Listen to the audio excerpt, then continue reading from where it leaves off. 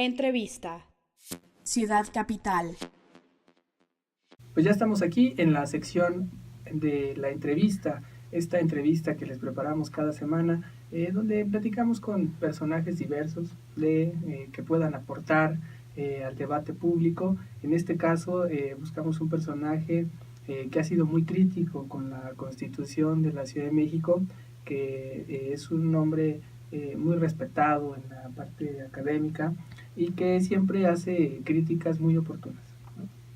Se trata de Jesús Silva Herzog, que nos habla de lo que es la Constitución a grandes rasgos desde su óptica, y también de estas diversas posturas que hay en torno a la Constitución ahora que está en este gran litigio, ¿no? Así es. Jesús Silva Herzog Márquez nos hace una reflexión de lo que desde su punto de vista es la Constitución de la Ciudad de México, muy a su estilo y con este antecedente puntilloso de lanzar un dardo hacia la Constitución cuando recién se publicó, allá por inicios de febrero, en un diario de circulación nacional donde él colabora continuamente. Pues la calificó de cursi, de pedante, de pedantería. La farragosa Constitución, ¿no? Algo así la mencionó. Y a propósito de eso hablamos con él. ¿Qué opinión tenía de esta Constitución ya a varias semanas de que se publicó? Quizá ya la leyó. Y de que, con más calma. Encima de esta pues pesan sombras de impugnaciones, 7 impugnaciones promovidas por partidos políticos y por entes del gobierno federal. Vayamos con esta reflexión que nos hace Jesús Silva Herzog de pues insiste, ¿no?, en lo que él denomina son excesos retóricos, una reiteración constante en los términos que hay dentro de pues esta norma máxima para la capitalidad. La Constitución de la Ciudad de México es una obra compleja, y creo que hay algunos elementos positivos de la Constitución de la Ciudad de México. En un espacio de opinión hay pues un dardo que hay que usar y me parece que ese era el sentido de cuestionar los excesos retóricos, el desorden, la reiteración de la Constitución de la Ciudad de México. En eso sigo pensando lo mismo. Al mismo tiempo creo que hay otras cosas que vale la pena reconocer tanto del proceso constituyente como del resultado de la Constitución. Las impugnaciones que se han presentado, ¿cree que puedan corregir esta parte que usted decía de la retórica, la cursilería? No creo que debamos esperar que la Corte sea un espacio para corregir la redacción de la Constitución, pero sí, pues por lo menos reinscribir a la Constitución de la Ciudad de México dentro del orden federal, dentro del orden constitucional mexicano, en donde creo que sí hay pues algunos excesos que podrían ser corregidos por la vía judicial. Las expresiones inútiles, las declaraciones jurídicamente inservibles, de homenajes, de elogios a grupos sociales, ¿eso tendría que corregirse? Yo creo que debería corregirse. No tengo idea de que eso vaya a suceder. Mencionaba aquí el hecho de que hay frecuentemente en la Constitución esta idea de que se elogia a un grupo. Lo mencionaba hace un momento, a los maestros. La Constitución reconoce lo que hacen los maestros, ¿no? Yo creo que eso no corresponde a una Constitución, corresponde a lo mejor al discurso del jefe de gobierno el día 15 de mayo para festejar a los... Una crítica aguda a su estilo, ¿no?, de Silva Herzog, de lo que es la Constitución, que eso ya lo habíamos también discutido aquí, ¿no? Había varias posturas, ¿no? Incluso cuando entrevistamos a Muñoz Ledo, recordarás que él fue una de las preguntas que le hicimos, qué opinaba de que la habían tildado de cursi, y lo que explicaba Porfirio Muñoz Ledo es que pues una Constitución también es un anhelo, ¿no? No nada más es una regla, una norma sobria, ¿no?, que genere el legislador, sino que viene acompañada de todo este empuje social, además es un proyecto que tiene una visión a largo plazo. Entonces no podría limitarse nada más a establecer normas muy concretas, sino plasma ahí lo que se anhela como ciudad, cómo se ve la ciudad a 20 años, a 50 años, a 100 años. Eso es lo que está plasmado en la Constitución. A juicio de Silva Herzog, pues es en algunos puntos redundante, cursi. Creo que pues en algunos casos sí llega a ser exhaustivo y por eso pareciera redundante, y también pues eso ya es muy subjetivo, ¿no? Para algunos será cursilería hablar de la felicidad, para otros es algo que es también un anhelo muy sensato, ¿no? Que se tenga y que se haya plasmado en una Constitución. Sí, lo que Jesús Silva Herzog comenta, ¿no? El hecho de que él considera que la Corte no va a ser el espacio para corregir pues esas cursilerías.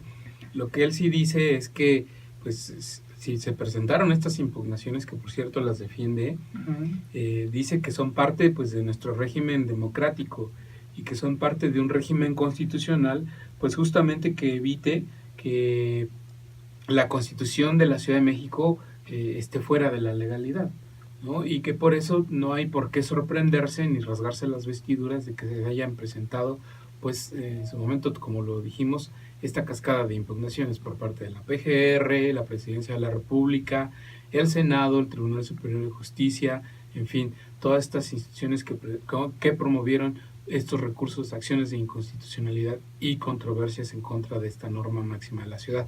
Vayamos a esta segunda parte de la entrevista en donde Jesús Silva Herzog defiende las impugnaciones promovidas y dice pues que son parte de nuestro régimen político, de nuestro régimen de control constitucional que existe en el derecho mexicano.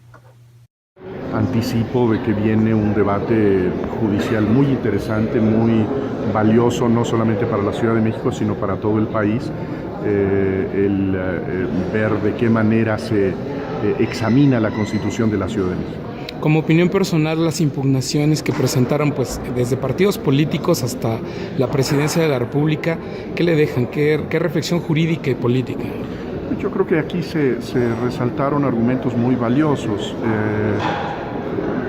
Ese es el funcionamiento normal de un sistema democrático, el hecho de que los distintos grupos sociales, las distintas instituciones políticas, no solamente tienen el derecho, sino incluso la responsabilidad de defender la interpretación de la Constitución, de la ley, que va de acuerdo a su visión del orden legal. Y en ese sentido, creo que no hay que sorprenderse, mucho menos hay que indignarse de estas impugnaciones y hay que pues seguirlas con atención.